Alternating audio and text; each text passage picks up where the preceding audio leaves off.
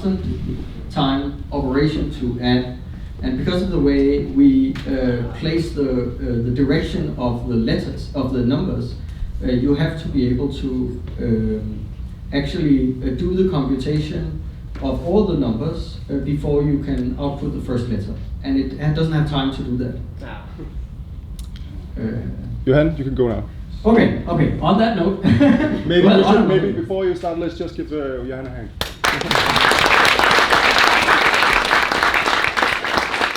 Thank you very much.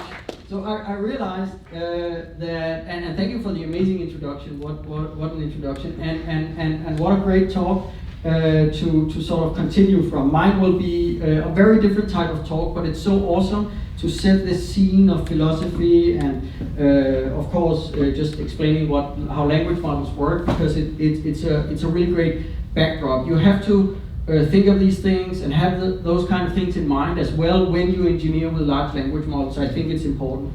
Even if you're super like heads down, I want to make a product and make a company and sell it to Google for $1 billion. I also realized during the previous talk that I didn't make a fancy slide of where I've been. So just really quickly, I work at GitHub Next. It's a small incubating team within GitHub, where we are supposed to sort of explore what's next for GitHub, like what's the next leap forward. And the most famous outcome of that team is Copilot itself. But we are sort of course, exploring other things. And so it's not exactly the same talk that you watched a few months ago, because now there's an X, GitHub Copilot X. I'm going to explain what that means. And I also change a bit of other things. Before, I've only worked at GitHub for 2 years now, so that's also the extent of time I've been working with language models and machine learning in any sense, because before that I was a researcher in mathematics at the computational mathematics at the Technical University of Denmark, which is right around the corner, so I could have said DTU and everyone would have understood what I meant. Okay, so this talk that I'm going to give today, no, come on, please. So we need a slide AI for yeah. Oh no. Jonas. It's because someone has to hold this in this position. Okay, I'll be monkey. No, wait, balance. Yes, no one move.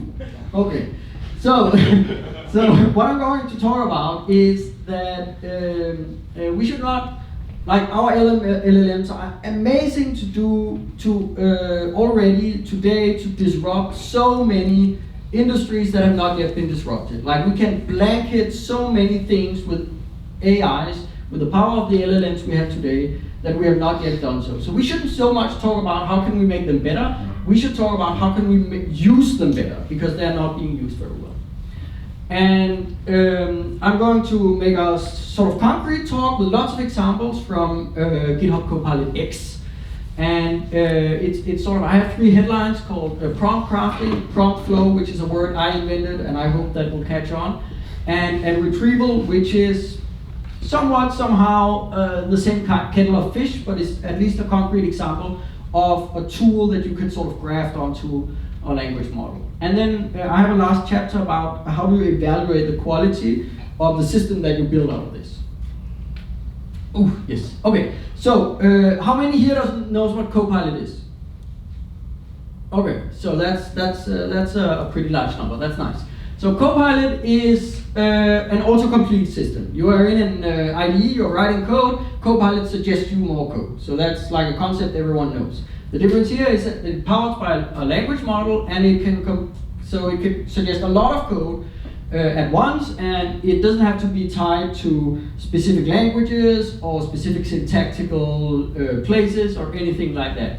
And it can give you entire functions, and it guesses a lot of stuff from your comments and from your context and so on. Copilot X is something that was recently launched. It's like a brand, because we now want to, at GitHub, we want to use Copilot in many other places in the development pipeline, in the software development lifecycle. And so here's one example is that very soon you will start having a chat window inside Copilot where you have basically talk to GPT-4, I think it will be, or maybe it will be ChatGPT Turbo, where you can ask it, have a chat conversation with it, and it'll know about the code in your project and stuff like that. Another project we just launched is Copilot for PR. So if you know GitHub, you know that when you make code, you submit it in the form of a PR, and we build this component based on large language models where it explains to you what the code is, and the purpose is that that's a starting point for you to explain your code change, so that other people reviewing it can understand what it is and what it does. We also launched Copilot for Docs, which is essentially you have a technical system, a code base. It has lots of documentation. Let's say the entire documentation of Azure or the documentation of React, and so that's a complicated piece of software. So when you want to learn something, you can go read those docs. But it's nicer if you can just talk to a chatbot that knows all of the docs and has memorized all of it. And so we build a system for that, and it'll show you code. It'll generate code examples for you pertinent to your question. It will show you links back to the documentation so you can fact check and you can read, let's say, more about it and so on. We also launched Copilot CLI, which is in your terminal. You ask a question in natural language, or not a question, but something you want done in natural language, and then it gives you a terminal command or several commands in a row, which tries where it attempts to do the thing you asked for, and it will step by step completely break down this complicated command it suggests and explains to you what it does, and then you can match that to see what you want it done, and see whether it actually does what you want, and you can run it and so on. Okay, so I think we can skip over a few slides I have here, because it's like we've already set the scene. The way these products all work is at a really, really high level. Like the crux of it is that you have your does this, if I press, there's probably one of these buttons that give me a light, right? Oh, this one. Can you see the light? Anyway, so you have your application. There's like an authentication and a Copilot service, blah blah, on a server. Maybe the program is running on a server, and then it speaks to a large language model, and that's like the engine of it, right? And then we have engineering around it, and so that's a really simplified diagram of how these things work.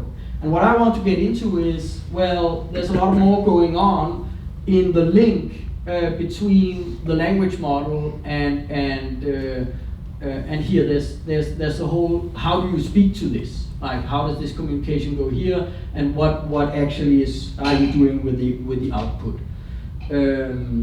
But it comes as no surprise to any of you that these are all powered by a language model. And I also had a slide about what are large language models, but I think we all know by now about most of the points I wanted to make here. Maybe the only thing I want to highlight is this thing. So I said before that my mental image is that a large language model is the intuition of a brain. And so maybe it's not so surprising, just like the working memory of a human is really limited, the working memory of an LLM is really limited. The working memory of an LLM is basically the prompt. It's called the context size.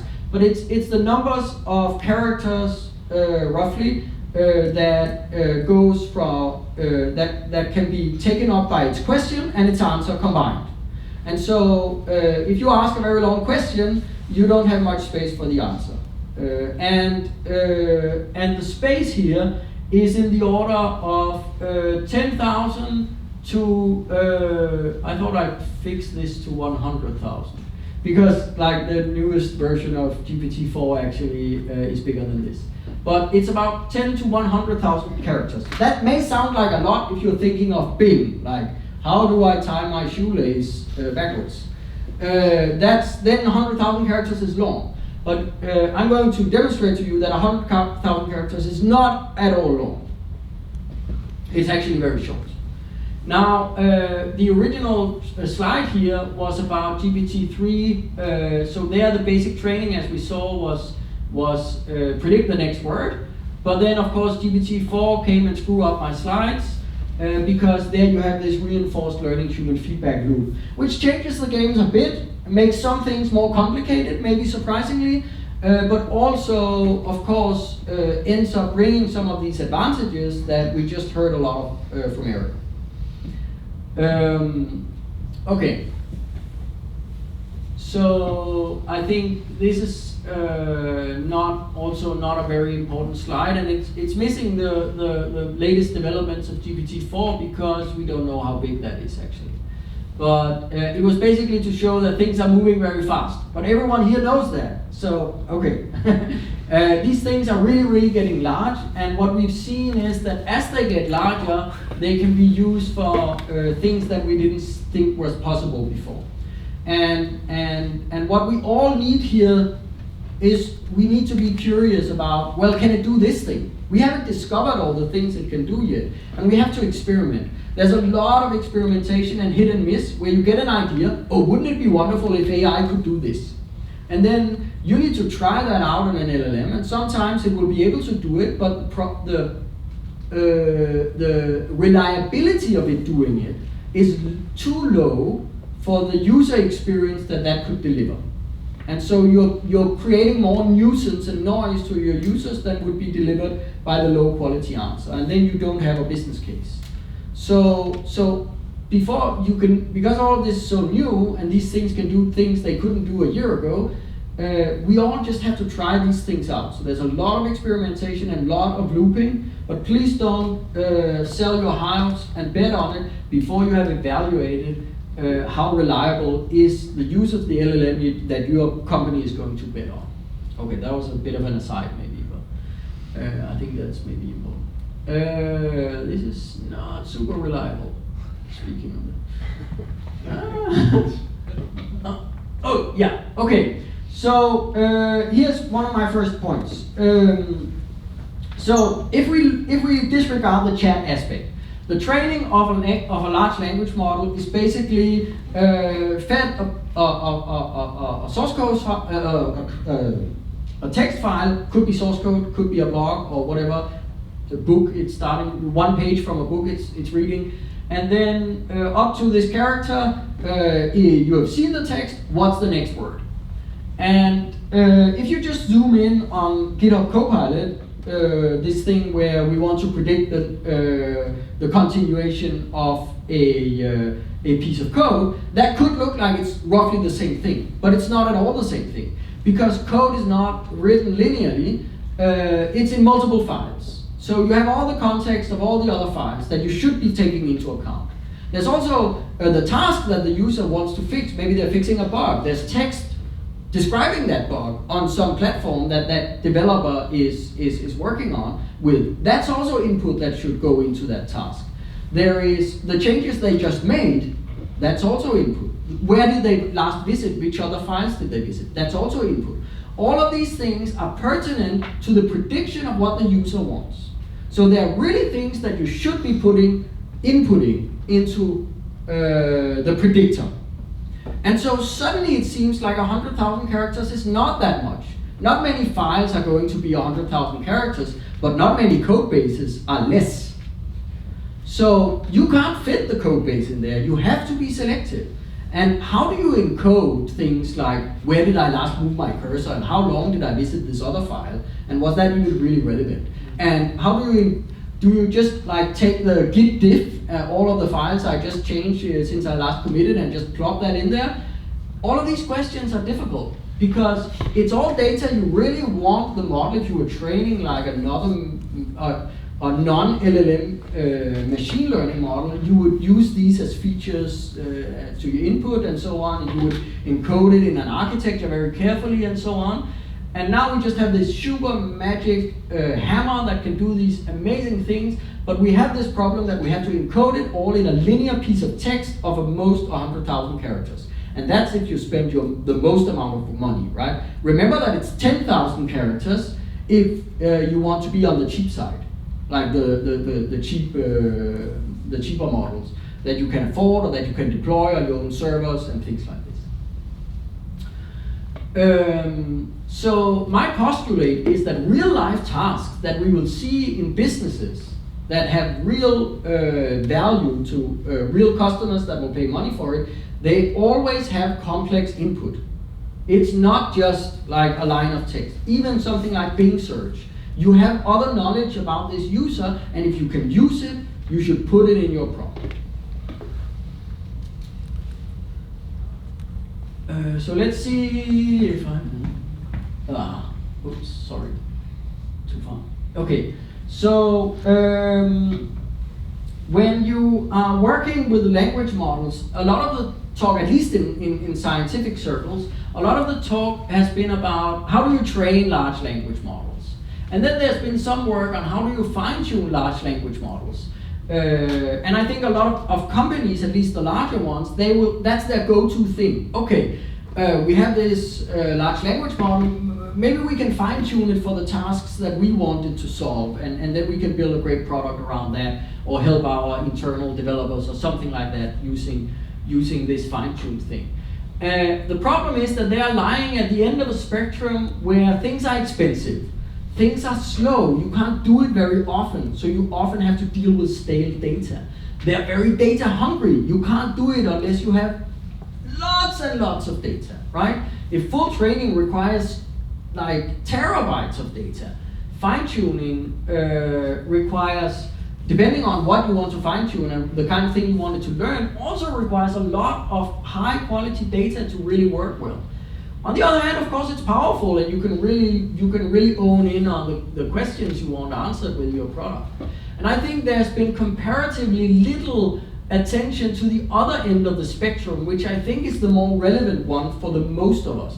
99% of all the work in the world around language models is going to take place on this end of the spectrum, but there's hardly any papers about it, and not many people are talking about it. Well, that's not completely true anymore. Luckily, we are seeing open source projects around these things, and we are seeing people talk about it on Twitter and so on, and of course in many practical projects. But I think the more interesting advanced concepts here are still unknown to many. And that's in spite of it being cheap and flexible. You can change it, you can put fresh data in there very easily, you can change it ad hoc as you learn more about the problem you want to solve or the users that you want to serve, and so on. It's also limited. There's limited amount of things you can do with it, and you have to trust in the power of the language model, the large language model at the end. So it's still for something like Copilot, it's still a big leap forward when OpenAI releases a language model with a latency that we can actually use, and then like now that's much more powerful. But we can move the needle a lot in the times in between that by improving on this end of the spectrum without touching the model itself. Okay, so to exemplify these three, oh yeah, I didn't say that. I want to talk about these three things here, and I want to exemplify each of them. So, so prompt crafting is the most basic thing, and that's what everyone thinks about when you talk about, okay, so how do you speak to your language model?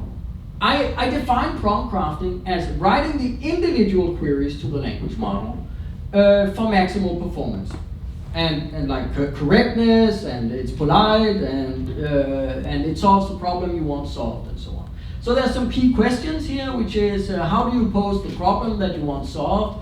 How do you ensure, it's maybe not something everyone thinks about, how do you ensure that the output that a language model gives you can be parsed?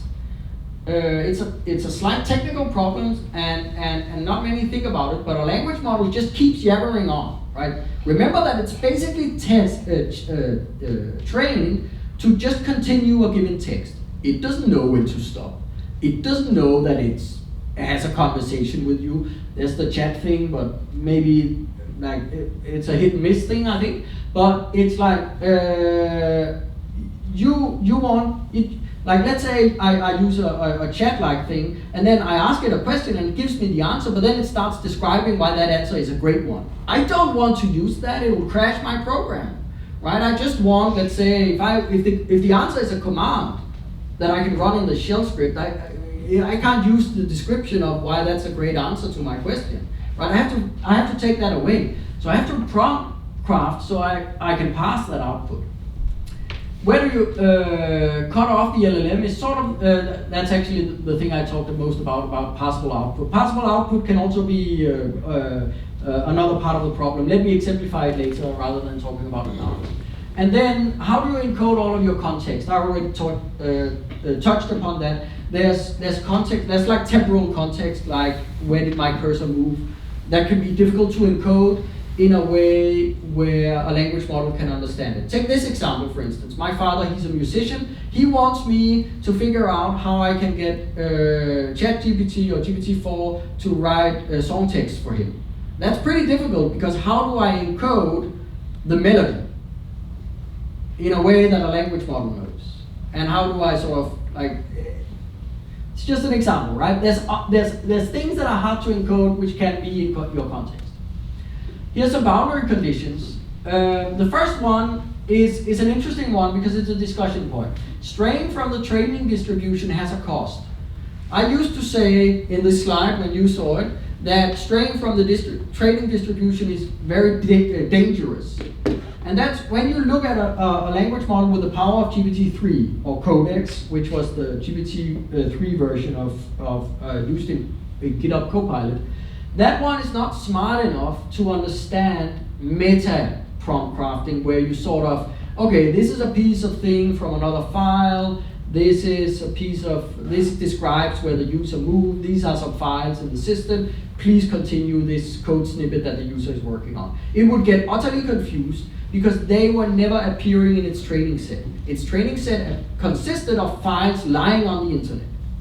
Now, these truisms are changed a bit because of ChatGPT-4. It seems that one emergent behavior as we scale from GPT-3 to 4 is that it's much more resilient to this kind of talking at a meta level about what is the task at hand. And so I weakened the sentence to saying that it's dangerous to saying it has a cost, because I still believe fundamentally GPT-4 is still trained on continuing text. And so the more you do weird, wonky stuff that doesn't look like text it has ever seen in any way, the more you are costing a mental load on the model. And that mental load will penalize the quality of your output. So that's the cost. What we don't yet know is how much. I know that the cost has lessened because of GPT-4, but we don't yet know how much. And I think it's still worth to keep in mind. The other boundary condition is that prompts must be very short. And the third boundary condition that I've added since ChatGPT and GPT-4 is that these chat models, they are very chatty. And I think that's a deficiency of them. I think OpenAI has underestimated the value of language models as middleware. And so they have focused on the chat utility where you surface directly what the model says to the user. I don't want to use it like that. I think there's much more interesting use cases. And for those, the chatty version is really problematic. And you have to jump through loopholes to make it shut up, to sort of cut it off at the right place. So all of this is something of a black art, and we don't have scientific literature to help us, and there's actually not much practice out there either, if you look at open source projects that are based on LLMs. So let's see an example. This is the trivial prompt you could use for GitHub Copilot. The user is sitting in this file, their cursor is here, and this file is full of some JavaScript code. Oh no, it's TypeScript. And so the trivial way you could craft a prompt is that you just take, the cursor is here, sorry. You take the contents of the file up to the cursor, you remove all the things afterwards, and then you send this to the model, and then you ask it to predict the next word. And so the problem here that you want solved is implicit because it's just predicting the next word in a text, and it aligns perfectly with the basic training of the language model. And matches distribution very well because the language model has seen a lot of code. There's a lot of minuses. These are pros, right? There's a lot of cons here. And the biggest con is that all of the wider context is missing. And so most code doesn't work that way, and so you're going to get poor predictions ultimately when it doesn't know like what are these classes, where are these methods, and all of these things that is really necessary to know how to write this line here. Maybe not in this example because this example is dumb, but in truth. Another problem is that here we see that it's hard to cut off the model at the right place. There's nothing in the prompt that helps us determine where to cut off the model. Do you cut off at the end of the line? But what if this variable assignment you want to do here takes up 2 lines, and you really want to cut off at the end of the variable assignment? You can only know that if you pass the code. You can only pass the code if you know which language it's written in. You can only do that if you have a parser for every single language that GitHub supports. That's about 400. We can't ship that many parsers with Copilot. So we have to find a way around that because this prompt is so simplistic. That's a real problem. And it also works very poorly if you have a chat-trained model, because what that will do, potentially, I didn't test, but I could imagine, is that it will, maybe it will even be confused about what all this blabber is about. It will try to say, oh, this looks like a piece of code from you. Oh, I think that's very interesting. It seems like it's blah. Okay, maybe you sort of rephrase it by saying at the top, please continue this piece of code. And it will give you the rest of the line, and then we'll start talking about how great that line was. So that's a problem.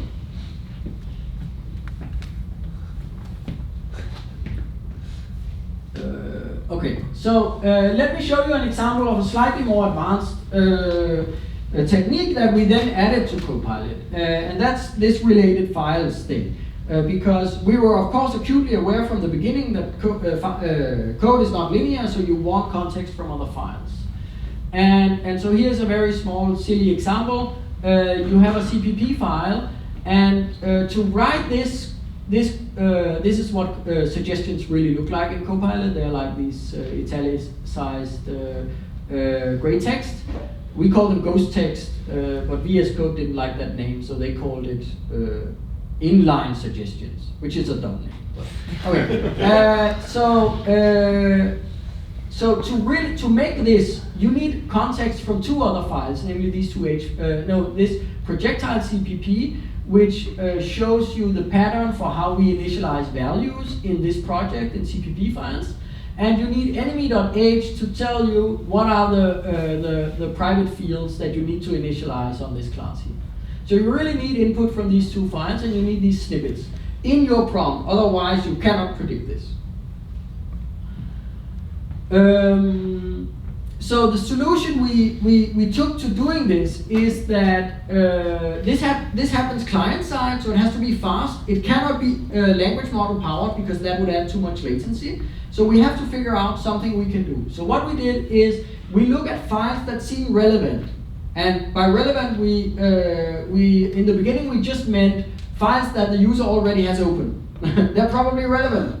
So we visit each of them, and then we look at using like really old school information retrieval techniques.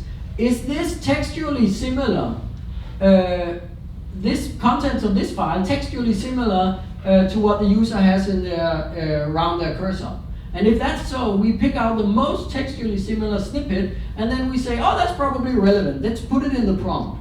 And so this technique would find these 2 relevant snippets, and they would put them in the prompt.